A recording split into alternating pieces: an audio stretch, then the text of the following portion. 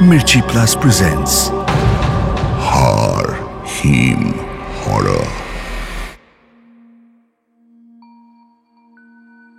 ললিতা আজকাল নিজের চোখ আর মনকে বিশ্বাস করতে পারে না। তার সাথে গত কিছুদিন ধরে যা হয়ে চলেছে তার কোনো বাস্তবিক ব্যাখ্যা দেওয়াও সম্ভব নয়। ললিতার ঠিক মনে আছে কখন ডাক্তার সাদা চাদরটা বিবেকের মুখের ওপর টেনে দিল। আত্মীয় প্রতিবেশী মহিলারা যখন তার শাখা ভেঙে সিঁদুর মুছে দিল, সেই স্মৃতিটাও সঠিকভাবেই মনে আছে ওর। এরপর যখন বিবেকের লাশের শ্মশান যাত্রা হল, এই অবধিও ঠিক ছিল সব। তবে কেন 1 বছর পরে আবার বিবেক তার অস্তিত্ব জানান দিচ্ছে? ঠিক এখানে গিয়েই ললিতার স্মৃতি আর কাজ করছে না। ললিতা মাঝে মাঝেই অফিসে একাকী বসে থাকে, কিন্তু তার বেস্ট ফ্রেন্ড হিয়া তাকে একলা ছাড়তে চায় না কিছুতেই। সে বড় 2 কাপ কফি নিয়ে আসে, তারপর ললিতার পাশে বসে গল্প শুরু করে দেয়। ললিতা, কি হয়েছে বলতো? বিবেক বলতো সে আমাকে জীবনের চেয়েও বেশি ভালোবাসে। বাহ, শুনতে তো দারুণ রোম্যান্টিক। প্রথম তাই মনে হতো। বুক ধুকপুক করতো, পেটে প্রজাপতি ওড়ার অনুভূতি ছিল। এখন নেই। ভালোবাসা আর উন্মাদনার মধ্যে পার্থক্য শিখে গেছি আমি। যখন ভালোবাসাকে অস্ত্রের মতো ব্যবহার করা হয়, সেটা ঘৃণার থেকেও বেশি ক্ষত তৈরি করে। হিয়া চাইতো না ললিতা বারবার অতীতে ফিরে যাক, কিন্তু ললিতাকে মুখের ওপর কিছু বলতেও পারত না। বিবেকের পরিবার ভাবে আমি ওর হত্যাকারী, অথচ কেউ জানে না আসলে বিবেক কিভাবে আমার আত্মাটাকে হত্যা করেছিল। একটা দীর্ঘশ্বাস ফেলে ললিতা ওখান থেকে উঠে চলে যায়। বিবেকের মৃত্যুর বাৎসরিক কাজের দিন সে শ্বশুর বাড়ি গিয়েছিল। বেশ অনেকখানি অপমানিত হয়েই বাড়ি ফিরেছিল। তারপর থেকেই ললিতার আশেপাশে কিছু অদ্ভুত ঘটনা ঘটতে শুরু করে। সে রান্নাঘর পরিষ্কার করছিল, এমন সময় বেডরুম থেকে একটা প্রচণ্ড জোরে চিৎকারের শব্দ ভেসে আসে। প্রথমে ললিতা ভাবে আশেপাশের কোনো বাড়ি থেকে হয়তো শব্দটা আসছে। ললিতা নিজেকে বোঝালো এটা ওর কল্পনা। কাজ শেষে বিছানায় গা দিতেই 1 বছর আগের স্মৃতিরা তাকে ঘিরে ধরল। বিবেক যেদিন ছাদের রেলিংয়ের ওপরে দাঁড়িয়ে আত্মহত্যার হুমকি দিচ্ছিল, বাড়ির ছাদ থেকে সে সোজা মাটিতে পড়ল। তার সমস্ত শরীর ভেঙে যাওয়ার কড়মড় একটা শব্দ হলো। রাস্তায় থাকা লোকজন ভয়ার্ত চিৎকার করতে শুরু করল। জায়গাটা লোকে লোকারণ্য হয়ে গিয়েছিল। পুলিশ এলো। পুলিশ ললিতাকে ধরে জেলে নিয়ে গেল, নির্দোষ বুঝে আবার ছেড়েও দিল। বিবেকের শরীরটা নিয়ে যাওয়া হলো হাসপাতালে। বিবেকের বাড়ির লোকজনও এলো। তারা মন ভরে ললিতাকে তিরস্কার করল। অথচ এত চিৎকার আর শব্দের মধ্যেও ললিতার পৃথিবী সেদিন থমকে গিয়েছিল। নিউজ চ্যানেলে বারবার বিবেকের পড়ে যাওয়ার বিভৎস সিসিটিভি ফুটেজ দেখানো হলো। মর্গে বিবেকের শরীর দেখে ললিতা অজ্ঞান হয়ে গিয়েছিল। ললিতার বিবেকের মৃত্যুর কিছুদিন আগের সব কথা মনে পড়ে যায়। সেদিন ললিতা রান্নাঘরে কাজ করছিল। তার চোখে মুখে হতাশা। আমি আর পারছি না বিবেক, এই সম্পর্কটা আমি ডিভোর্স চাই। ডিভোর্স? তুই ইয়ার্কি মারছিস? এটা কোনো ইয়ার্কি না, আমি সত্যিই চাই। আচ্ছা, ধরে নিলাম তুই সত্যিই চাইছিস, কিন্তু আমি যদি আমার কাছে থাকা তোর কিছু বিশেষ ছবি সোশ্যাল মিডিয়ায় ছেড়ে দিই, তাহলে কেমন হবে বলতো? তুমি এটা করতে পারো না। আমি সব পারি সোনা, তুই ভুলে যাচ্ছিস আমার সাথে থাকাটাই তোর জন্য সবচেয়ে সেফ অপশন। ললিতা বর্তমানে ফিরে আসে। একটা অস্বস্তিকর নীরবতা। তাড়াতাড়ি নিজের ওষুধগুলো খেয়ে শুয়ে পড়ে সে। স্মৃতির পর্দা একে একে সরতে থাকে।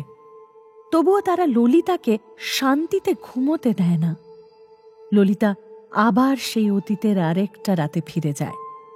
যেদিন বিবেকের মা মারা গেলেন সেই সন্ধ্যায় কোনো কারণে কথা কাটাকাটি হওয়ায় বিবেক রাগে কাঁপছিল, ঘর ভাঙচুর করছিল। বিবেক, প্লিজ শান্ত হও। শান্ত? আমার মা মারা গেছে আর তুই চাস আমি শান্ত থাকি? এরকম করো না, আমি তো কিছু করিনি। বলো। করিসনি? তুই অকৃতজ্ঞ। সবকিছু পেলি আর এখন আমাকেই ছেড়ে দিতে চাস? হ্যাঁ। হঠাৎ বিবেক প্রথমবারের মতো ললিতার গায়ে হাত তোলে। ললিতার বিবেকের মৃত্যুর আগের শেষ ঝগড়াটার কথাও মনে পড়ে। তখন ছিল গভীর রাত। ললিতা দরজার কাছে দাঁড়িয়েছিল। সারাদিন পরিশ্রমের পর তার চোখে মুখে ক্লান্তি। বিবেক রুমের এক কোণায় দাঁড়িয়ে উত্তেজিতভাবে শ্বাস নিচ্ছিল। দেওয়ালের একটা অংশে ফাটল ধরে গেছে। বেশ কিছুক্ষণ আগে সেখানে ঘুষি পড়েছিল। কোথায় ছিলি তুই? অফিসের পর হিয়াদের সাথে সামনের ক্যাফেতে দেখা করেছিলাম। আমাকে না জানিয়ে? সবকিছু কি জানাতে হবে? অবশ্যই। তোর কি আর কারোর দরকার? আমি কি যথেষ্ট নই? বিবেক, বন্ধু থাকা কি অপরাধ? বন্ধু? ফোনেও তো দেখি কতক্ষণ ধরে গল্প করিস। আমি কি কিছু বুঝি না? প্লিজ, আজ না। আজ আমি খুব ক্লান্ত। আমি পাগল হয়ে যাব। তুই যদি আমায় ছেড়ে চলে যাস আমি পাগল হয়ে যাব।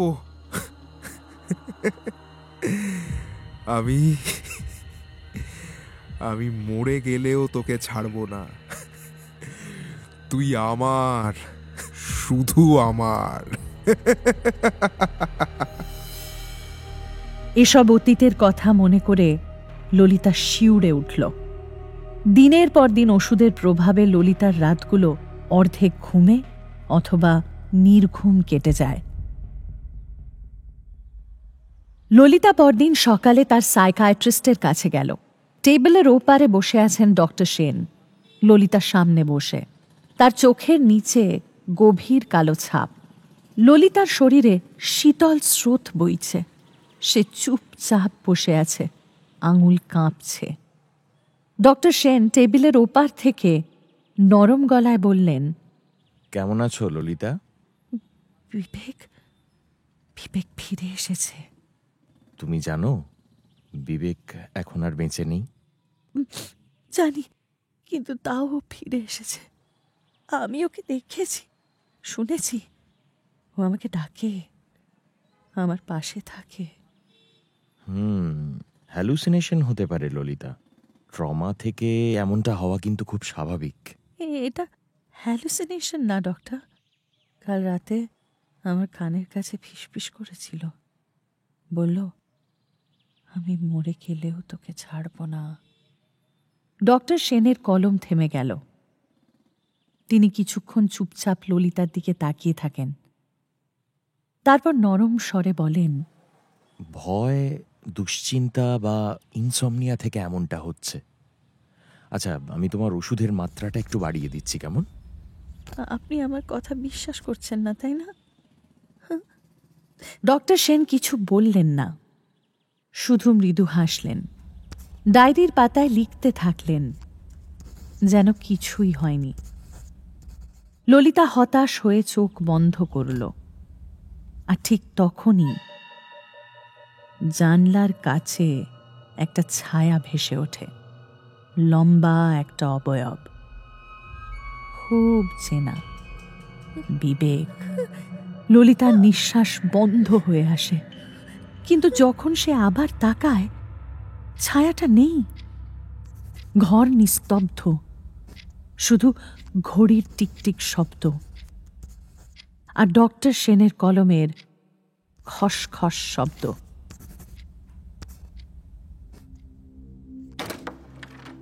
পরদিন ললিতা বাইরে যাওয়ার জন্য দরজা খোলে। মাথাটা হঠাৎ কেমন ঝিমঝিম করে ওঠে। কিছুক্ষণ পরে তার যখন জ্ঞান ফেরে, সে দেখে সে তার ড্রয়িং রুমের মেঝেতে শুয়ে আছে। হঠাৎ তার গালে ফোঁটা ফোঁটা কি যেন পড়তে থাকে। সে আঙুল দিয়ে ছুঁয়ে দেখে রক্তের ফোঁটা। ললিতা খেয়াল করে দেখে সমস্ত সিলিং জুড়ে কেউ রক্ত দিয়ে লিখে রেখেছে, তোকে ক্ষমা করব না। ললিতা নিজের গলার সমস্ত জোর দিয়ে চিৎকার করতে চায়, অথচ গলা দিয়ে কোনো স্বর বের হয় না। মনে হয় কেউ তাকে মেঝেতে চেপে রেখে দিয়েছে। ললিতা আর চোখে দেখল ঘরের কোণে একটা ছায়া মূর্তি। সেটা ধীরে ধীরে মানব আকৃতি নিতে লাগলো। ওর পুরো শরীর কাঁপছিল, কারণ কারণ সেই ছায়াটা ললিতা যে কোনো জায়গায় চিনতে পারত। ওটা বিবেক। বিবেকের প্রেত মূর্তিটা ঘুরে দাঁড়ালো। তার মুখ ধূসর হতে শুরু করল, প্রায় পচে যাওয়ার মতো লাগছিল। আর ঠিক তখনই ললিতা তার চোখের দিকে তাকালো। চোখের কোটর ফাঁকা। ললিতা চিৎকার করতে যাবে, এমন সময় বাইরে বেল বেজে ওঠে।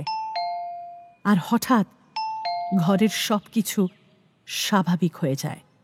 সিলিং একেবারে পরিষ্কার। বাইরে একজন পোস্টম্যান এসেছেন। তার হাতে ললিতার জন্য একটা চিঠি আছে। চিঠিটার গায়ে কোনো ঠিকানা লেখা নেই, শুধু লেখা প্রিয় ললিতা। ললিতা দরজাটা বন্ধ করতে করতে চিঠিটা খুলল।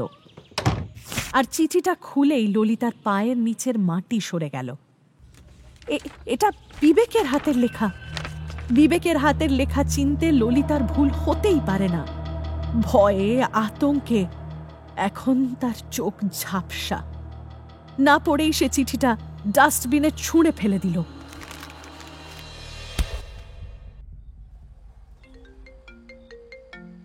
ওই দিন সন্ধেবেলা ললিতার ফোন বারবার বেজে উঠছিল। স্ক্রিনে হিয়ার নাম জলজল করছে। একবার, দুবার, শেষমেশে বিরক্ত হয়ে ফোন তোলে। কি হিয়া? শোন, আজ তুই পালাতে পারবি না। পার্টি করব, মজা করব। হিয়া প্লিজ, আজ না। না মানে? আজ না মানে কালও না। শোন, রনি তো আসছে। তোর জন্য ব্লাইন্ড ডেট প্ল্যান করেছি। আমাকে ধন্যবাদ দিতে পারিস। কি? তুই আমার জন্য ডেট ঠিক করছিস? আরে রিল্যাক্স, ছেলেটা ভালো, জাস্ট আড্ডা দে না। কেউ তোকে জোর করছে না। তুই তো বলেছিলি একটু ফ্রেশ হতে চাস, ব্যাস এটাকেই ওষুধ হিসেবে ধর। কিছুক্ষণ চুপ থেকে ললিতা জানালা দিয়ে বাইরের অন্ধকার দেখে। আজ সকাল থেকেই তার মনে হচ্ছে সে ধীরে ধীরে পাগল হয়ে যাচ্ছে। মাথার মধ্যে বিবেকের গলা বাজছে, আমি মরে গেলেও তোকে ছাড়বো না।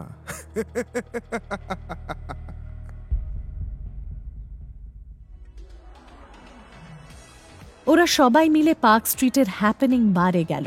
চারপাশে উজ্জ্বল আলো, ভিড় আর তারস্বরে বাজতে থাকা মিউজিক। ললিতা নিজের গ্লাস হাতে নিয়ে চুপচাপ বসে। চোখ বন্ধ করলে মনে হয় চারপাশটা দুলছে। সত্যি বলতে সে আসলে সেটাই চাইছে। সে নিজের মাথার ভেতর থেকে কিছু সময়ের জন্য হলেও বেরিয়ে আসতে চায়। রাতে নেশাতুর ললিতা ধীরে ধীরে নিজের ফ্ল্যাটের দরজা খুলল। হঠাৎ বাতিগুলো দ্রুত জ্বলে নিভতে লাগলো, যেন কেউ সুইচ নিয়ে খেলছে। তারপর ঘর নিমেষেই অন্ধকারে ডুবে গেল। কয়েক সেকেন্ড পর আবার সব শান্ত, গভীর, ভয়ঙ্কর নিস্তব্ধতা। ললিতার বুক ধরফর করছে, গলা শুকিয়ে কাঠ। সে এক পা করে বেডরুমের দিকে এগোলো। বেডরুমের দরজার সামনে এসে থমকে দাঁড়ালো। তার চোখ আটকে গেল আয়নার দিকে, আর নিমেষে বুকের ভেতরটা জমে গেল বরফের মতো। আয়নার ওপর কেউ যেন রক্ত দিয়ে লিখেছে, বিশ্বাসঘাতক। ললিতার ঠোঁট কেঁপে উঠল। ভেতরের সমস্ত ভয়, দুঃখ, রাগ ফেটে বেরোলো। তুই কি চাস? হ্যাঁ, কি চাস? তুই মরে গেছিস। তুই মরে গেছিস, তুই নেই। আমার জীবন থেকে তুই শেষ হয়ে গেছিস। কি চাস? তার কণ্ঠস্বর কাঁপছে, কিন্তু সে থামে না। তারপর হঠাৎই সমস্ত শক্তি ফুরিয়ে যায়। তার দম বন্ধ হয়ে আসছে, গা শিউরে উঠছে। আর ঠিক তখনই আয়নার অন্ধকারের মধ্যে আবছা একটা অবয়ব স্পষ্ট হতে থাকে। বিবেক! তার ঠোঁট নড়ছে, কিন্তু কোনো শব্দ বের হচ্ছে না। ললিতা কেবল একটা ঠান্ডা ফিসফিসানি শুনতে পায়। আমি মরে গেলেও তোকে ছাড়বো না।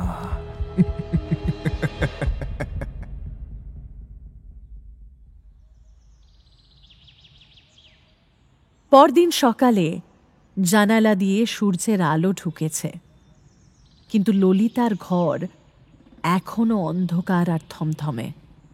মেঝেতে পড়ে থাকা অবস্থায় সে ধীরে ধীরে চোখ মেলে। তার মাথা ভারী লাগছে, বাজে হ্যাংওভার হয়েছে। সে ধীরে ধীরে উঠে বসল, কষ্ট করে ফোনটা খুঁজে বের করল। হ্যালো, আমি ললিতা। আজ আসতে পারবো না। দেখুন, আপনি নতুন জয়েন করেছেন, শুরুতেই ছুটি নিলে কিন্তু। আমি অসুস্থ। সে কল কেটে দেয়, ফোনটা পাশে ছুঁড়ে ফেলে দেয়। মাথার মধ্যে হাজারটা চিন্তা দৌড়াচ্ছে। বিছানার পাশে রাখা আয়নার দিকে তাকাতেই আবার শির দাঁড়াবে, ঠান্ডা স্রোত নামে। আয়না একদম পরিষ্কার, কিচ্ছু লেখা নেই। তার বুক ধরফর করে ওঠে। নিজের কাঁপতে থাকা কণ্ঠে নিজেকেই ফিসফিস করে বলে, কেউ তো করছে এসব, কেউ কেউ করছে। তার মাথায় হাজারটা প্রশ্ন খেলে যায়। এটা কি সত্যি বিবেকের আত্মা, নাকি অন্য কেউ? কিন্তু যদি কেউ থেকে থাকে, তাহলে কেন, কিভাবে? ললিতা নিজের চিন্তায় ডুবে আছে। ঠিক তখনই দরজায় একটা নক। তার বুকের ভেতরের ধুকপুকানি আবার বেড়ে যায়। ধীরে ধীরে উঠে গিয়ে লুকিং গ্লাস দিয়ে দেখে হিয়া দাঁড়িয়ে আছে, হাতে খাবারের ব্যাগ, চোখে চিরচেনা দুশ্চিন্তার ছাপ। হিয়া। সে দরজা খুলে দেয়। হিয়া হাতে থাকা খাবারের ব্যাগটা টেবিলের ওপর রেখে হাত গুটিয়ে দাঁড়ায়। আবার রাতে ঘুমোসনি, তাই না? ললিতা চোখ নামিয়ে ফেলে। অফিসে শরীর খারাপের কথা বলে টেক্সট করেছিস। আমি জানতাম তুই একা থাকলে খেতে চাইবি না, তাই এসেছি। ললিতা কিছু বলে না। হিয়া দীর্ঘশ্বাস ফেলে, তারপর ধীর গলায় বলে, এতগুলো বছর ধরে আমি তোকে চিনি ললিতা, আমাকে বল, আবার কিছু ঘটেছে? ললিতা একটু কেঁপে ওঠে, তারপর আস্তে করে ফিস ফিস করে বলে, হিয়া, ও ফিরে এসেছে। হিয়া থমকে যায়, তার চোখে অবিশ্বাসের ছাপ, কিন্তু সাথে সাথেই নিজেকে সামলে নেয়। এক পা এগিয়ে এসে বন্ধুর কাঁধে হাত রাখে। তুই যা ভাবছিস সেটা তো সত্যি নাও হতে পারে, তাই না? ললিতা কোনো উত্তর দেয় না। এক মুহূর্তের জন্য ঘরটা আরও বেশি নিঃশব্দ হয়ে যায়, যেন চারপাশের বাতাস ভারী হয়ে উঠেছে। হিয়া টেবিলের ওপর ছড়িয়ে থাকা কাগজপত্র সরিয়ে ঘরটা তন্ন তন্ন করে খুঁজছে। দরজার কোণ, লাইটের পাশে, খাটের নিচে কোনো হিডেন ক্যামেরা বা মাইক্রোফোন আছে কিনা সেটা খতিয়ে দেখছে। ললিতা বিছানার এক পাশে বসে ফ্যাল ফ্যাল করে তাকিয়ে আছে ওর দিকে। তুই কি কি করছিস? দেখছি কেউ তোকে স্টক করছে কিনা। ভূত কি ক্যামেরা লাগায় বল? ভূত টুত কিছু নেই ললিতা, আমার মনে হচ্ছে বিবেকের ফ্যামিলির কারসাজি এটা। হিয়া খোঁজা থামায়, হাত দুটো কোমরে রেখে দাঁড়িয়ে থাকে। কিন্তু কিছুই তো পেলাম না। যদিও জানিস, ঘরটায় ঢোকার পর থেকেই মনে হচ্ছে কেউ যেন দূর থেকে দেখছে। এই কথায় ললিতার গায়ের লোম খাড়া হয়ে যায়। আমিও তো সেটাই বলছিলাম। হিয়া চট করে বিষয় পাল্টায়। সে টেবিলের পাশের ডাস্টবিনে পড়ে থাকা একটা চিঠির দিকে ইঙ্গিত করে। এটা কি? 2 দিন আগে আসা একটা চিঠি। খুলেও দেখিনি। দে তো দেখি। ললিতা সোনা, আমি তোকে খুব ভালোবাসতাম, কিন্তু আমি এতটা ভালোবাসতাম যে সেটা আঘাত দিতে শুরু করলো। আঘাত দিতে লাগলো কারণ স্পষ্ট ছিল তুই আমাকে ভালোবাসতিস না। চিঠিটা পড়ে হিয়ার মুখ কুঁচকে গেল। হঠাৎই তীব্র বিরক্তি নিয়ে বলে ওঠে, মানেটা কি? ন্যাকামো হচ্ছে? ললিতা মাথা নিচু করে ফেলে। চোখ দিয়ে অঝরে জল পড়ছে। কাঁপতে কাঁপতে ফিসফিস করে বলে, যদিও আমাকে এতটাই ভালোবাসতো তাহলে আমার সব কিছু কেড়ে নিত না, আমাকে এভাবে এভাবে নিঃস্ব করে দিত না। হিয়া চুপ করে যায়। এই প্রথমও বুঝতে পারছে ব্যাপারটা যতটা সরল মনে হচ্ছিল ততটা নয়। কিন্তু একটা ব্যাপারও কিছুতেই মেনে নিতে পারছে না, একজন মৃত মানুষ এসব চিঠি পাঠাচ্ছে কিভাবে। হিয়া ল্যাপটপ বন্ধ করে উঠে দাঁড়ায়। ওর মুখটা কঠিন হয়ে আছে। আমি দেখি কিছু সমাধান বের করা যায় কিনা। তুমি চাইলেও কিছু হবে না হিয়া, কেউ পারবে না। হিয়া কিছু না বলে ব্যাগ কাঁধে ফেলে দরজার দিকে এগিয়ে যায়। বের হওয়ার আগে একবার পেছন ফিরে ললিতার দিকে তাকায়। শোন, দরজা ভালো করে লক করিস। ললিতা মাথা নাড়ে। দরজা বন্ধ হওয়ার শব্দ হয়, আর ঘরটা হঠাৎ আরো বেশি খালি আর ঠান্ডা হয়ে ওঠে। আবার ঠিক তখনই হঠাৎ করে ঘরের সব আলো নিভে যায়। পুরো ফ্ল্যাটটা অন্ধকারে ঢেকে যায়। সে দ্রুত জানালার কাছে গিয়ে বাইরে তাকায়। বাইরে স্ট্রিট লাইট, অন্য ফ্ল্যাটের আলো সবই জ্বলছে, শুধু তার ফ্ল্যাটটাই অন্ধকার। ললিতা ধীরে ধীরে বেডরুমের দিকে এগোয়। দরজার হাতলে হাত রাখতেই গায়ের লোম দাঁড়িয়ে যায়। দরজা খুলতেই সে দেখে সামনে বিছানার দিকে মুখ করে দাঁড়িয়ে আছে একটা ছায়ামূর্তি। ললিতার গলা শুকিয়ে আসে, তবু নিজের কাঁপা কাঁপা গলায় সে চিৎকার করে ওঠে, কে কে ওখানে? কে কে? ছায়ামূর্তিটা নড়ছে না। সে দ্রুত হাত বাড়িয়ে ফোনটা তুলে নেয়। পুলিশের নম্বর ডায়াল করতে যাবে, আর ঠিক তখনই আলো ফিরে আসে। ঘরের সবকিছু আবার আগের মতো, কোনো ছায়ামূর্তি নেই।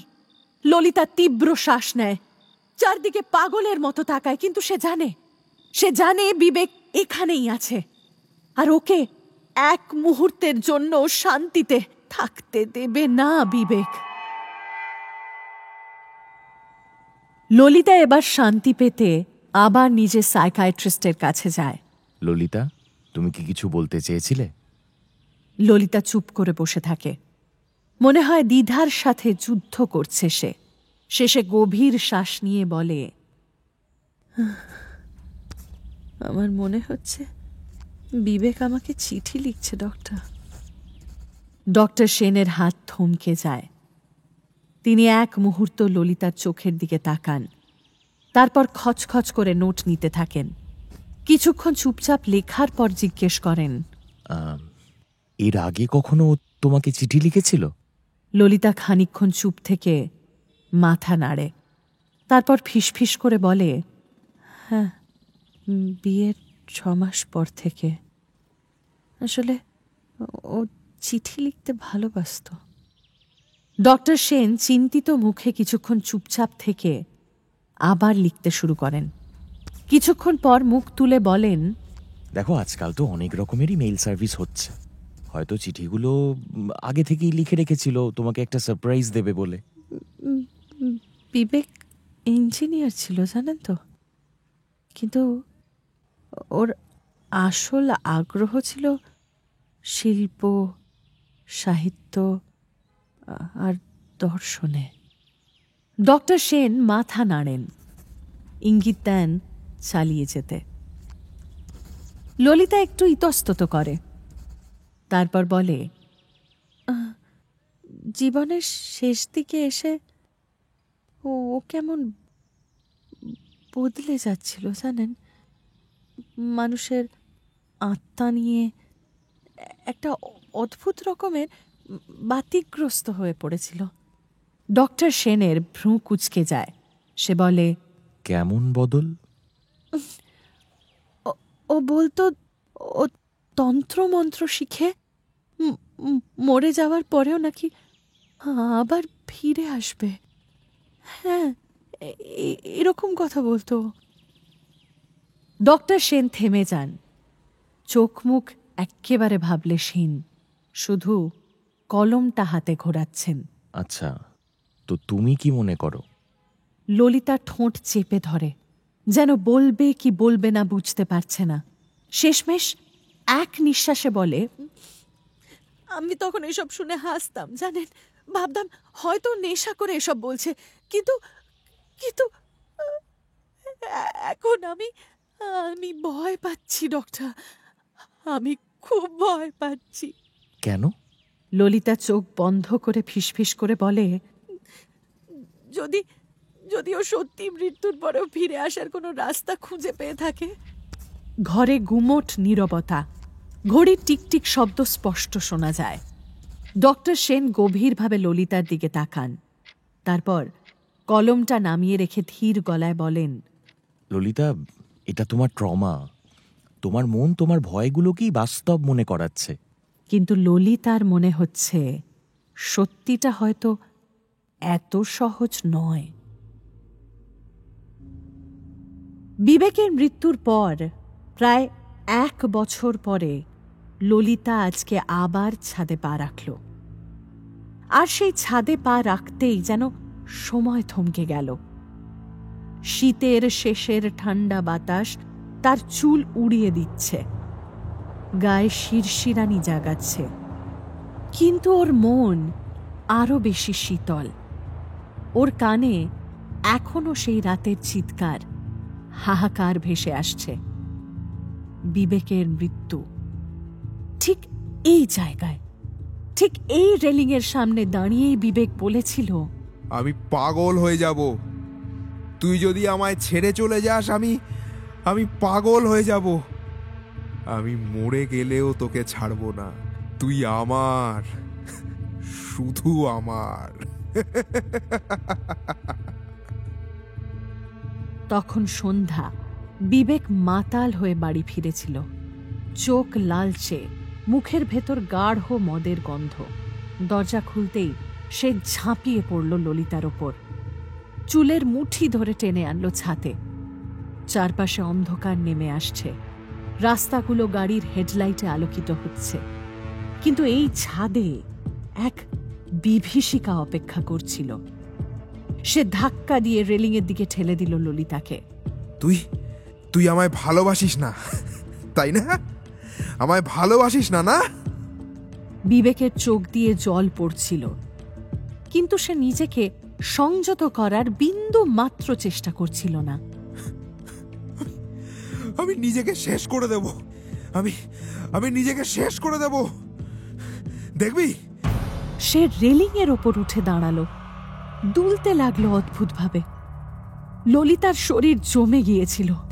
এতগুলো বছর ধরে বিবেকের প্রতিটা অত্যাচার মুখ বুঝে সহ্য করেছিল সে, কিন্তু আজ যেন ধৈর্যের বাঁধ ভেঙে গিয়েছিল।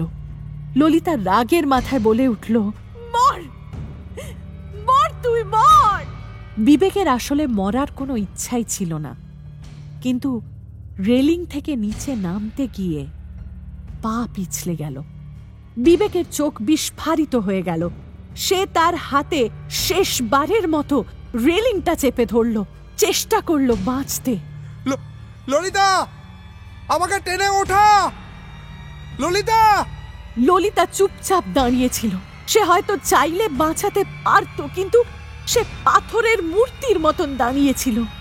বিবেকের আঙ্গুল ফসকে গেল রেলিং থেকে। মুহূর্তের জন্য সে বাতাসে ঝুলে রইল, তারপর একটা বিকট শব্দে 10 তলা নিচে আছড়ে পড়ল। তারপর ফ্ল্যাটের নিচের মানুষের চিৎকার, ছুটোছুটি, কিন্তু সে কিচ্ছু শুনতে পাচ্ছিল না। তার চারপাশে যেন এক ভৌতিক নীরবতা। চাঁদের আলো তার চোখে পড়ল।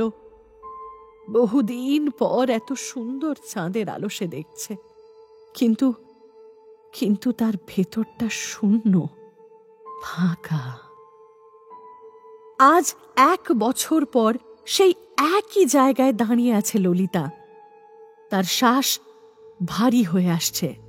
মনে হচ্ছে পেছন থেকে কেউ যেন তাকে দেখছে। আমি ফিরে এসেছি ললিতা। তুই কি সত্যিই ভেবেছিলি তুই আমাকে মেরে ফেলতে পারবি? কোথা থেকে এলো এই ফিসফিস শব্দ? বাতাসে একটা চাপা হাসির আওয়াজ। ললিতা পেছনে তাকালো, কেউ নেই। ললিতা আয়নার সামনে দাঁড়িয়ে নিজের প্রতিবিম্বের দিকে তাকিয়ে রইল। 1 বছর কেটে গেছে, অথচ যেন কিছুই বদলায়নি। হঠাৎই সে নিজের হাতে আঁচড়ের দাগ খুঁজতে লাগল। না, আজকাল আর মারের দাগ থাকে না। ললিতা 1 কাপ কফি বানিয়ে ড্রয়িং রুমে এসে বসল। আমি কি সত্যি পাগল হয়ে যাচ্ছি? হ্যাঁ, পাগল হয়ে যাচ্ছি আমি? ফ্ল্যাটের নিস্তব্ধতা যেন ওকে আরো বেশি অস্বস্তিতে ফেলেছে। তখনই ফোন বেজে ওঠে। ললিতা চমকে ওঠে। স্ক্রিনে রনিতের নাম। হাই ললিতা, কি খবর? আজকের আমাদের ডেট মনে আছে তো? 1 মুহূর্ত চুপ করে থাকে ললিতা। হ্যাঁ, মানে মনে আছে। তুমি ঠিক আছো? তোমার গলা কেমন ক্লান্ত লাগছে। আমি ভালো, শুধু একটু মাথাটা ভার লাগছে। তাহলে আমরা আজকে প্ল্যানটা ক্যান্সেল করি, তুমি একটু বিশ্রাম নাও। ললিতা কাঁপা কাঁপা হাতে কফির মগ ধরে আছে। আমি কি মানুষজনের থেকে নিজেকে দূরে সরিয়ে রাখবো সারা জীবন? আমি কি সত্যি আবার নতুন করে শুরু করতে পারবো, নাকি বিবেক আমায় শান্তিতে থাকতে দেবে না? না না, এটা করলে চলবে না। হ্যালো রনিত, বিকেলে দেখা হবে। ললিতা স্নান করতে ঢুকবে এমন সময় আবার বেল বাজলো। কে? আপনার নামে একটা চিঠি এসেছে, এই নিন, সই দিন। ললিতা চিঠিটার দিকে তাকিয়ে থাকে। বুকটা ধক করে ওঠে। পরিচিত হাতের লেখা। হঠাৎ যেন শ্বাস নেওয়াটাও কঠিন হয়ে যায় তার জন্য। চিঠিটা হাতে নিয়ে দ্রুত দরজা বন্ধ করে দেয় সে। না না, এটা সম্ভব। আবার কাঁপা হাতে চিঠিটা ছিঁড়ে ফেলার কথা ভাবে, কিন্তু নিজেকে সামলাতে না পেরে পড়তে শুরু করে। সোনা, আমি ঘরে ঢুকলেই তোমার হাসিটা কেন ম্লান হয়ে যেত বলো তো? তুমি আমাকে ভালোবাসতে না, তাই না?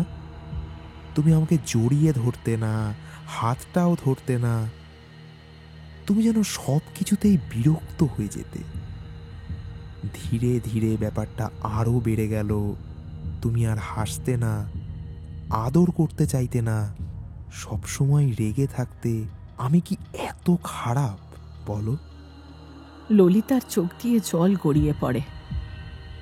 তে শক্ত করে ধরে থাকা চিঠিটা ধীরে ধীরে কুঁচকে যায়। তারপর সে সেই চিঠিটাকে দুমড়ে ছিঁড়ে ফেলে দেয়।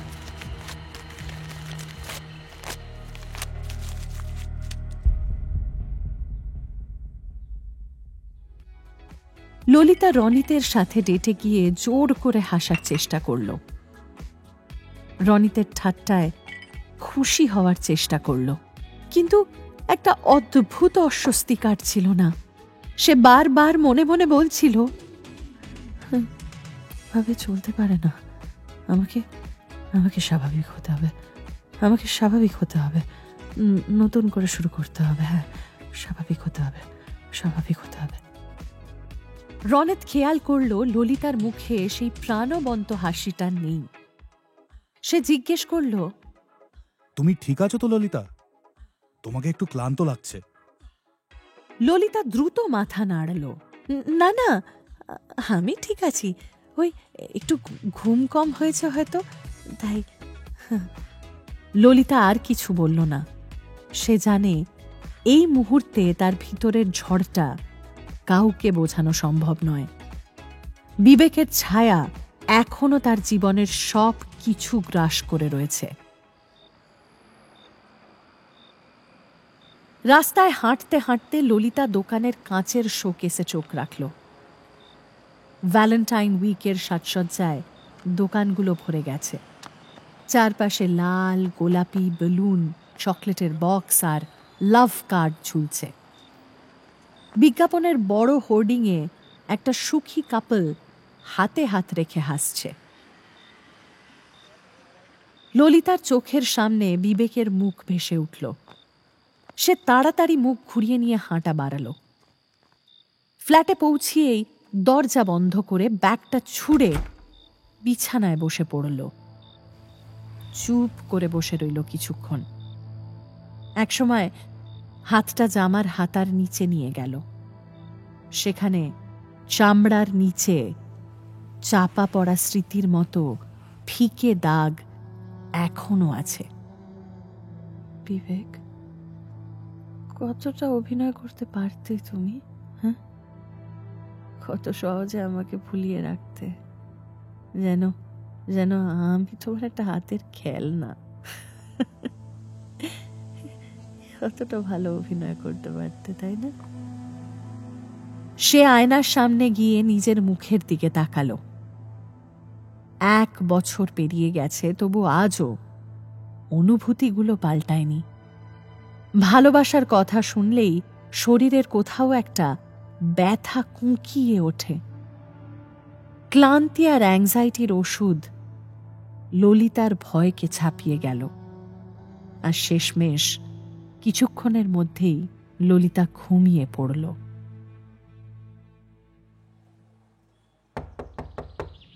পরদিন বিকেল 4টে নাগাদ দরজায় টোকা পড়ল। ললিতা বিছানা ছেড়ে উঠে গিয়ে দরজা খুলল।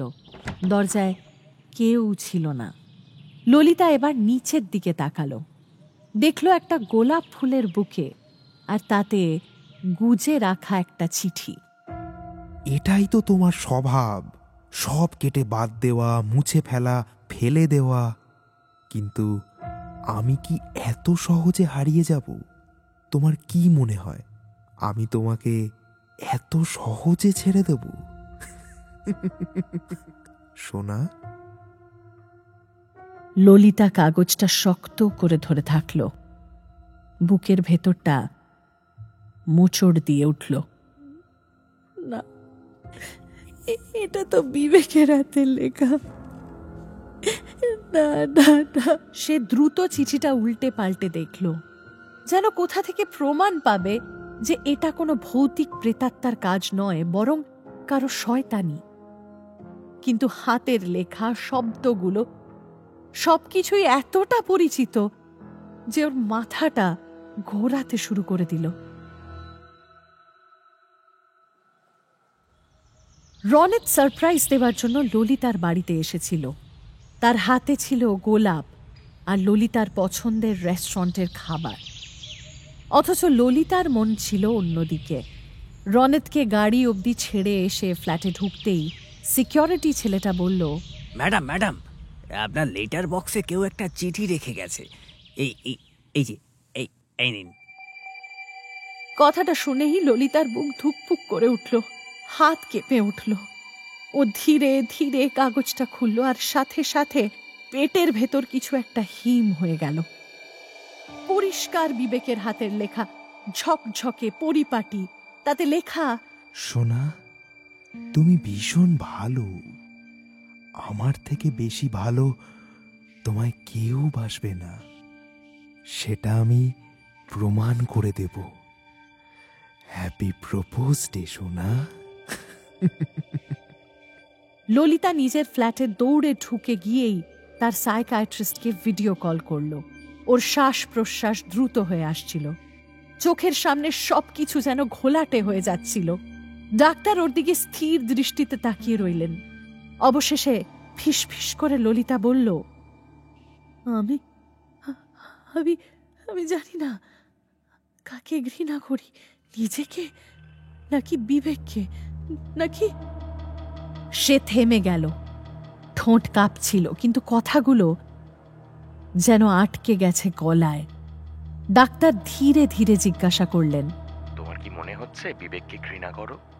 ললিতা ঝট করে মাথা নাড়ে, না মানে হ্যাঁ মানে আমি আমি জানি না। ওর গলা কাঁপছে, চোখ দুটো ফাঁকা, যেন মাথার মধ্যে অসংখ্য কণ্ঠস্বর একসঙ্গে চিৎকার করছে, তুমি খুনি, তুমি তো শুধু বাঁচতে চেয়েছিলে, তুমি পালাতে পারবে না। ডাক্তার চুপচাপ তাকিয়ে থাকলেন, তারপর আবার ধীর গলায় বললেন, আচ্ছা, তোমার কি মনে হয় বিবেক তোমাকে শাস্তি দিচ্ছে? ললিতা মাথা নিচু করে ফেলল, দুহাত দিয়ে মুখ চেপে ধরল, যেন নিজেকেই আড়াল করতে চাইছে ও। গলার স্বর কাঁপছিল, কিন্তু কোনো মতে ফিসফিস করে বলল, আমি জানি না, জানি না তো আমি কি ভুল করেছিলাম ডাক্তার? আমি কি সত্যি ওকে মেরেছিলাম? ডাক্তারের চোখে দুঃখের ছায়া ফুটে উঠল। ডাক্তার ললিতাকে চিন্তা করতে বারণ করলেন ঠিকই, কিন্তু ললিতার অবস্থা দেখে তিনি নিজেই এবার চিন্তিত হলেন। তিনি ললিতার ফাইল খুলে দেখলেন ললিতার বাবা মা বেশ কিছু বছর আগেই গত হয়েছেন, আর তার লিগ্যাল গার্ডিয়ান হিসেবে হিয়ার নাম দেওয়া আছে। তিনি হিয়ার সাথে কথা বলার সিদ্ধান্ত নিলেন। পরের দিন ললিতা ওষুধ খেয়ে দুপুরে একটু ঘুমোতে চেষ্টা করল। বিকেলে ঘুম থেকে উঠে ললিতা মাথার ভেতরে একটা যন্ত্রণাদায়ক চাপ অনুভব করল। ওর যন্ত্রণায় বমি পেল। পুরনো রেডিওটা, যেটা বহুদিন ধরে বন্ধ, সেটা হঠাৎ নিজে থেকেই বেজে উঠল। ললিতার গলা শুকিয়ে এলো, কাঁপা কাঁপা হাতে রেডিওর সুইচ অফ করার চেষ্টা করলো, কিন্তু সুইচ তো অফই ছিল। এক স্থানীয় পুরুষ বিবেক হালদার গত সপ্তাহে এক দুর্ঘটনায় মারা গেছে। 29 বছর বয়সী সফটওয়্যার ইঞ্জিনিয়ার ট্র্যাজিক ভাবে ছাদ থেকে পড়ে গিয়ে প্রাণ হারান। ললিতার কানে যেন আর কিছু ঢুকছে না। রেডিও শব্দটা যেন চারপাশের বাতাসের চেয়েও ভারী হয়ে উঠেছে। হাত তুলে ও কানের দুপাশ চেপে ধরল। না, এটা সত্যি নয়, এটা সম্ভব না। বিবেক তো 1 বছর আগে মারা গেছে। না না, এটা সত্যি না, না এটা সত্যি না। রেডিও শব্দটা হঠাৎ করেই থেমে গেল। ললিতা চোখ বন্ধ করল, গভীরভাবে শ্বাস নিল, নিজেকে বোঝানোর চেষ্টা করল। কেউ আমাকে ভয় দেখানোর চেষ্টা করছে, কেউ আমার সাথে নোংরা খেলা খেলছে, কিন্তু কে আর কিভাবে, কেন? রেডিওটা আবার কেঁপে উঠল, আর এবার সেই ভয়ঙ্কর বিকৃত কণ্ঠ স্পষ্ট হয়ে উঠল। তুমি ওকে মেরেছো, তাই না ললিতা? ললিতার শরীর বরফের মতো ঠান্ডা হয়ে গেল, গলাটা শুকিয়ে কাঠ হয়ে গেল। না না না না না, আমি ওকে মারিনি। কিন্তু রেডিওর কণ্ঠস্বর থামল না, বরং আরো গভীর, আরো ভয়ঙ্কর হয়ে উঠল, যেন হাজারটা দগ্ধ আত্মার আর্তনাদ একসাথে মিশে গেছে সে কণ্ঠে।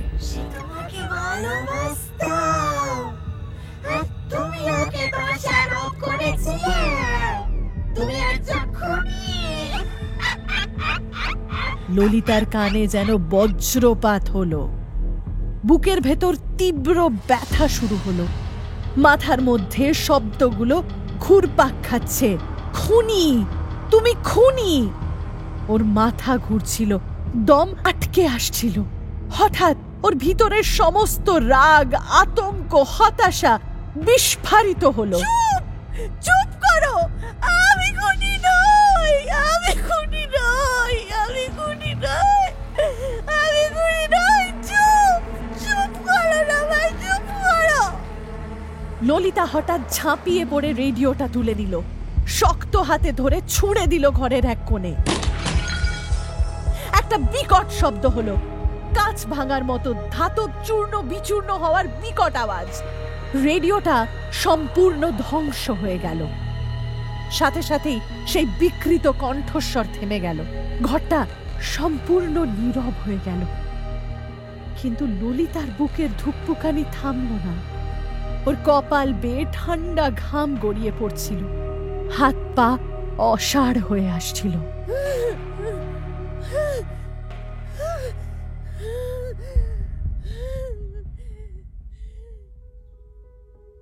এমন সময় আবার এলো বিভীষিকাময় চিঠি, আর সাথে এক বাক্স চকলেট। এবার চিঠিতে কেবল একটা ঠিকানা আর সময় দেওয়া। ললিতা এবার একটা হেস্তনেস্ত করতে চায়। সে এবার এই ঠিকানায় যাবেই। ললিতা স্মৃতি লোপ পাচ্ছে মাঝে মাঝে, তাই চিঠির ঠিকানায় সে কি করে পৌঁছে গেল সেটা তার মনে নেই। কিন্তু সে দেখল জায়গাটা একটা ভাঙা চোরা মন্দির। ললিতা ধীরে ধীরে মন্দিরের দরজার সামনে এসে দাঁড়ালো। জায়গাটা কুয়াশায় ঢাকা। শীতল বাতাসে একটা পচা গন্ধ ভাসছে। চারদিকে অদ্ভুত নীরবতা, যেন এই জায়গায় কোনো প্রাণ নেই। ললিতার হৃদস্পন্দন বেড়ে গেল। হাতের মুঠোয় চিঠিটা ভাঁজ হয়ে চটচট করছে ঘামের জন্য। সে নিঃশ্বাস নিল, তারপর এক পা করে মন্দিরের ভেতরে ঢুকল। ভেতরে ঢুকতেই বাতাসটা আরো ভারী হয়ে গেল। মন্দিরের এক কোণে একটা ম্লান প্রদীপ টিমটিম করে জ্বলছে, আর ঠিক তার সামনেই দাঁড়িয়ে আছে বিবেক। ললিতার চোখ ধীরে ধীরে তার ওপর স্থির হল। বিবেক? কিন্তু এ কেমন বিবেক? তার শরীর বিকৃত, যেন মৃত্যুর পরও সে পুরোপুরি হারিয়ে যায়নি। হাড়গুলো এক জায়গায় নেই, ত্বক ফ্যাকাশে, মৃত মানুষের মতো বিবর্ণ। চোখের জায়গায় গভীর অন্ধকার গহ্বর, কিন্তু তার ঠোঁটে সেই চিরপরিচিত বাঁকা হাসি, যা ললিতা একসময় ঘৃণা করত। ললিতার রক্ত হিম হয়ে গেল। পা পেছানোর চেষ্টা করলো, কিন্তু নড়তে পারল না। যেন একটা অদৃশ্য শিকলে বাঁধা পড়ে গেছে। তুই এসেছিস সোনা, তুই ফিরে এসেছিস। তার কণ্ঠস্বর ভাঙা, যেন কেউ দূর থেকে কথা বলছে, যেন কোনো কবরের গভীরতা থেকে উঠে আসছে সেই কণ্ঠস্বর। ললিতার গলা শুকিয়ে গেল, কিছু বলতে পারছিল না সে। চোখের সামনে শুধু একটা দুঃস্বপ্নের মতো দৃশ্য, মৃত বিবেক, অথচ সে হাসছে, ঠিক আগের মতোই হাসছে। মন্দিরের বাতাস হঠাৎ ভারী হয়ে উঠল। চারপাশে বাজ পড়তে লাগলো, আর মাটির নিচে যেন কিছু গর্জন করছে। দরজাটা প্রচণ্ড শব্দ করে বন্ধ হয়ে গেল। ললিতার শরীর জমে গেল ভয়ে। তার নিঃশ্বাস দ্রুত হচ্ছিল, বুকের ভেতর হৃৎপিণ্ড ধকধক করে লাফাচ্ছিল। কিন্তু তার চোখ তখন শুধু একটাই জিনিস দেখছিল, বিবেক। বিবেক ধীরে ধীরে তার দিকে এগিয়ে আসছে। বিবেকের চলাফেরা অস্বাভাবিক, তার লম্বা হাত পা বিকৃতভাবে মোচড়াচ্ছে। হাঁটতে গিয়ে শরীর কাঁপছে, যেন কোনো মৃতদেহ টেনে আনা হচ্ছে। ললিতা দরজার দিকে ছুটতে চাইল, কিন্তু ঠিক তখনই বিবেকের কণ্ঠস্বর কেঁপে উঠল এক ভয়ঙ্কর শীতল স্বরে। তুই আমাকে আর ছেড়ে যেতে পারবি না, আর পারবি না। ললিতা ধীরে ধীরে দরজার দিকে ঘুরে দাঁড়ালো। তার শরীর থরথর করে কাঁপছে। বিবেকের ফাঁপা মৃত চোখ দুটো ওর দিকে স্থির হয়ে আছে, যেন গভীর অন্ধকার ওকে গিলে ফেলবে। তারপর তারপর তার ঠোঁটে ফুটে উঠল এক ভয়ঙ্কর শয়তানি হাসি। ধোঁয়ার মতো কালো ছায়া তার চারপাশে পাক খেতে লাগলো, যেন সেগুলো পুরো অন্ধকারের রাজ্য থেকে উঠে এসেছে।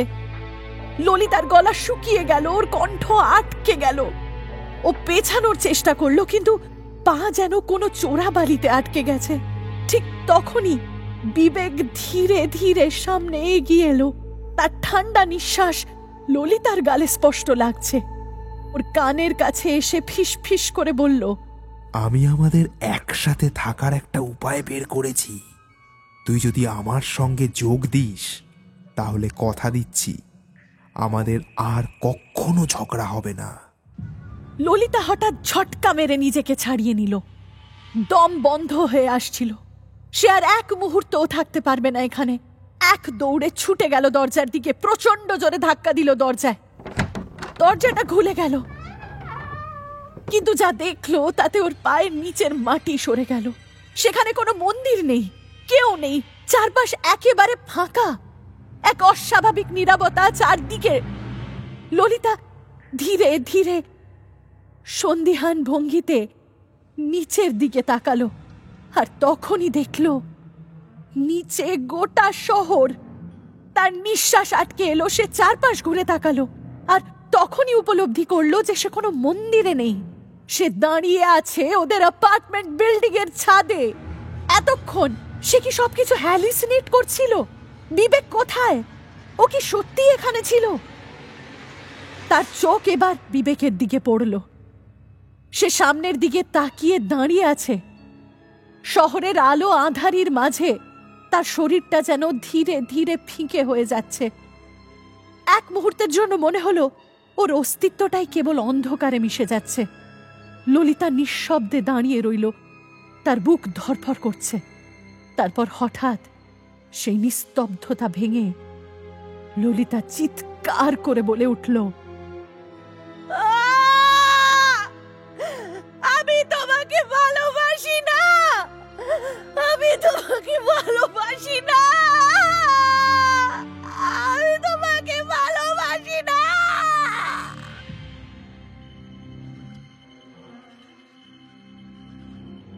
বিবেক ধীরে ধীরে মুখ ঘুরিয়ে তাকালো ওর দিকে। ওর চোখের ভেতর শূন্যতা, একটুও বিস্ময় নেই। ললিতার গলা কাঁপছিল, চোখে জল জমে উঠছিল, কিন্তু ও থামল না। কণ্ঠস্বর চিৎকারে ফেটে পড়ল, আমি তোমাকে ঘৃণা করি বিবেক, ঘৃণা করি আমি তোমাকে ঘৃণা করি। বিবেক এবারও কিচ্ছু বলল না, শুধু একটু হাসল, একটা নিস্তেজ ফ্যাকাশে হাসি। তারপর আস্তে আস্তে ফিসফিস করে বলল, হ্যাপি ভ্যালেন্টাইন্স ডে সোনা। শব্দটা কানে আসার সাথে সাথে ললিতার গা শিরশির করে উঠল, যেন হাজারো ছোট ছোট পোকা ওর ত্বকের নিচে হামাগুড়ি দিচ্ছে। ও হঠাৎ কেঁপে উঠল, সারা শরীর ঝাঁকিয়ে ফেলল তীব্র অস্বস্তিতে। কিন্তু ততক্ষণে বিবেকের অবয়ব মিলিয়ে যেতে শুরু করেছে। আলো আঁধারির মাঝে ধোঁয়ার মতো বিলীন হয়ে যাচ্ছে তার অস্তিত্ব, আর তার ফিসফিসানি ললিতার কানে প্রতিধ্বনিত হতে থাকলো, হ্যাপি ভ্যালেন্টাইন্স ডে সোনা।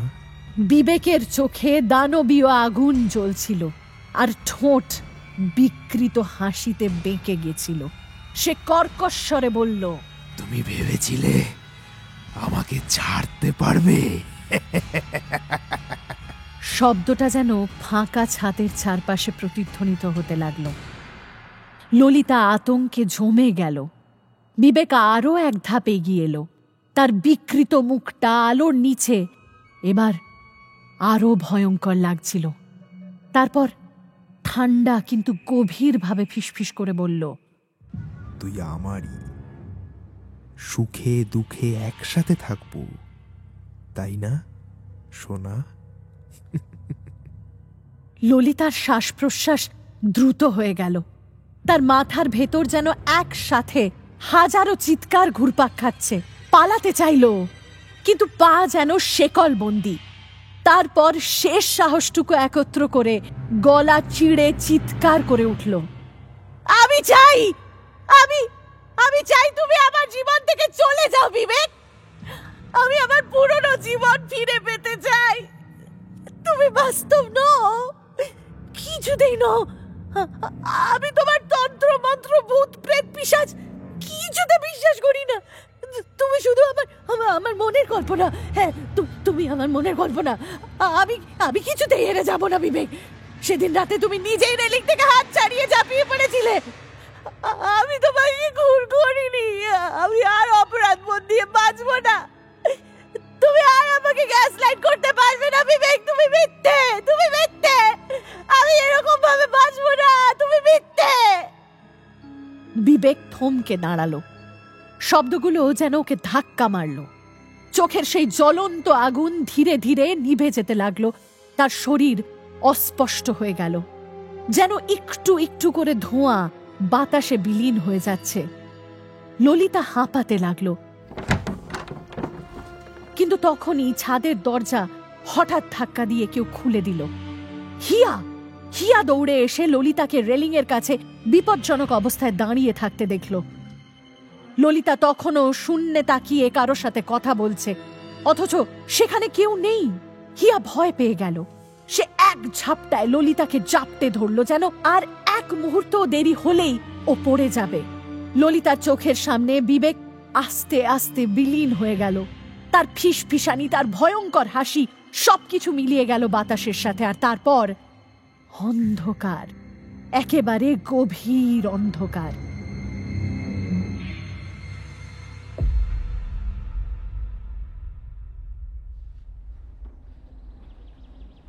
যখন চোখ খুলল, তখন সে হাসপাতালের বিছানায় শুয়ে। সাদা আলোয় চোখ ঝলসে উঠল। ধীরে ধীরে পাশ ফিরতেই দেখল হিয়া বসে আছে, উদ্বিগ্ন চোখে তাকিয়ে আছে ওর দিকে। ললিতা কিছুক্ষণ হতভম্ব হয়ে শুয়ে রইল। মাথার ভেতর সব কিছু তালগোল পাকিয়ে যাচ্ছে। গত রাতের কথা টুকরো টুকরো মনে পড়ছে, আবার হারিয়েও যাচ্ছে। ও তাকিয়ে দেখল হিয়া ওর পাশে বসে আছে, চোখে উদ্বেগের ছাপ। ললিতা ফিসফিস করে জিজ্ঞেস করল, কি হয়েছে হিয়া?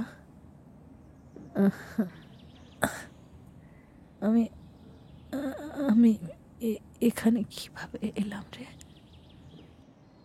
হিয়া একটা দীর্ঘশ্বাস ফেলে ধীরে ধীরে বলল, তুই হাসপাতালে। গত রাতে তোর অবস্থা খুব খারাপ ছিল, তাই তোকে নিয়ে আসতে হলো। ললিতা এবার আরো উদ্বিগ্ন হয়ে উঠল। কিন্তু আমি কি করছিলাম? আবার কিছুই মনে নেই রে। হ্যাঁ, কেন বলতো কিছুই মনে নেই? হিয়া এবার নরম গলায় বলল, তোকে ছাদের রেলিংয়ে দাঁড়িয়ে চিৎকার করতে দেখলাম। কেউ ছিল না, তবুও তুই কারোর সাথে কথা বলছিলি, তর্ক করছিলি। আমি তোর হাত ধরে টান না দিলে হয়তো। কথাটা শেষ না করেই থেমে গেল হিয়া। তার চোখে আতঙ্কের ছাপ স্পষ্ট। ললিতার মাথার মধ্যে ঘুরপাক খেতে লাগলো বিবেকের চিঠিগুলো, সেই ভয়ঙ্কর হাসি, আর তার কানে কানে ফিসফিস করে বলা কথাগুলো। ও তড়ি ঘড়ি করে জানতে চাইল, আর চিঠিগুলো? বিবেক, ও কি সত্যি? সত্যি ফিরে? হিয়া একটু হাসল, যেন একটা কঠিন সত্য বলার জন্য নিজেকে প্রস্তুত করছে। দাঁড়া, সব বলছি। আসলে তুই যেদিন তোর সাইকিয়াট্রিস্টকে ভিডিও কল করেছিলি, উনি সেদিনই আমাকে ওনার সাথে দেখা করতে বলেন। আমি পরদিন সকালে ওনার সাথে দেখা করি। ডাক্তার যা বললেন শুনে আমি রীতিমতো ভয় পেয়ে গিয়েছিলাম রে। তোর অবস্থা ভালো নেই, কিন্তু তুই সেটা মানতেও চাসনি। উনি বললেন বিবেক তোকে দিনের পর দিন গ্যাসলাইট করত, মানসিক অত্যাচার করত, তারপর শারীরিক অত্যাচার শুরু হলো। তোর অ্যাংজাইটি নাকি অনেক বেড়ে গিয়েছিল। তার মধ্যে তোর মা বাবা 1 বছরের ব্যবধানে মারা যায়। সেই ধাক্কাটা তোর মনে বিশাল ক্ষত তৈরি করেছিল নিশ্চয়ই। তারপর বিবেকের ভয়ানক মৃত্যুর দৃশ্য দেখে তোর পিটিএসডি হয়। এতগুলো ট্রমা একসাথে মিশে তোর মধ্যে সাইকোসিস তৈরি করেছিল। ললিতা এবার কান্না ভরা গলায় জিজ্ঞেস করল, তাহলে 1 বছর পরে কেন? হিয়া ললিতার হাতের ওপর হাত রেখে বলল, তোর ট্রমা ঠিকভাবে সরেনি কখনো। ভিতরে ভিতরে সবটা জমছিল। তুই বিবেকের বাৎসরিক কাজের দিন ওদের বাড়ি গিয়ে কটু কথা শুনলি, আর তারপর চিঠিগুলো আসতে শুরু করলো। তাছাড়া তুই এখনো ওই দুর্ঘটনার বাড়িটাতেই থাকছিস, তাই না? সবকিছু একসাথে তোর সাইকোসিসকে ট্রিগার করেছে রে। তার ফলে তুই হ্যালুসিনেট করছিলি। আর এই অবস্থায় শেষ পরিণতি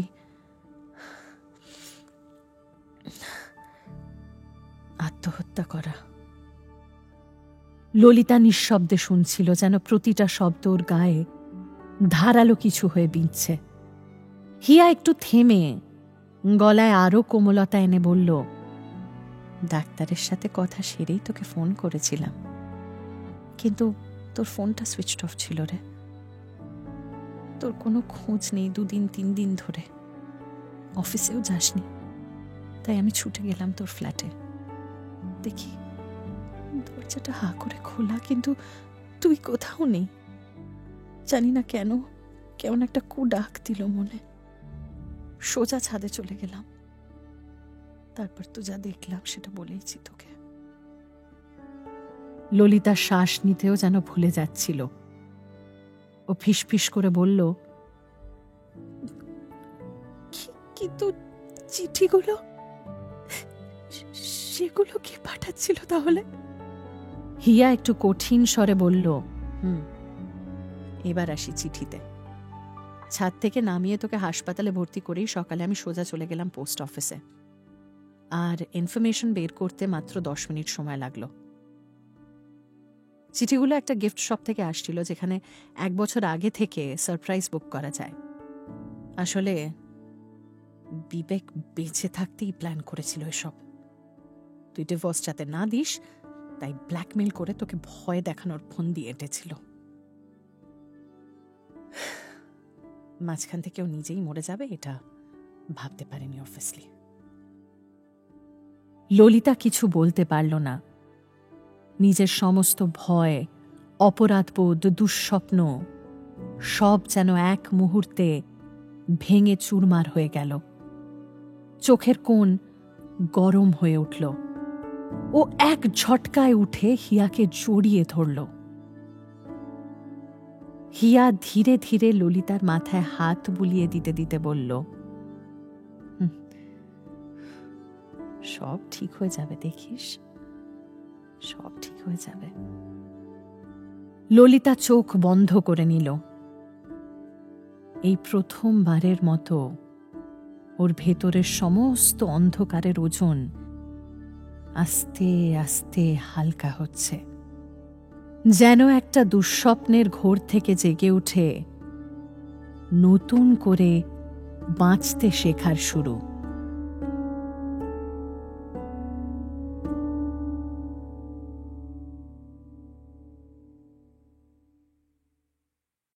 হাড় হিম হরর আপনারা শুনতে পারেন এক্সক্লুসিভলি মির্চি বাংলার ইউটিউব চ্যানেল এবং গানা অ্যাপে।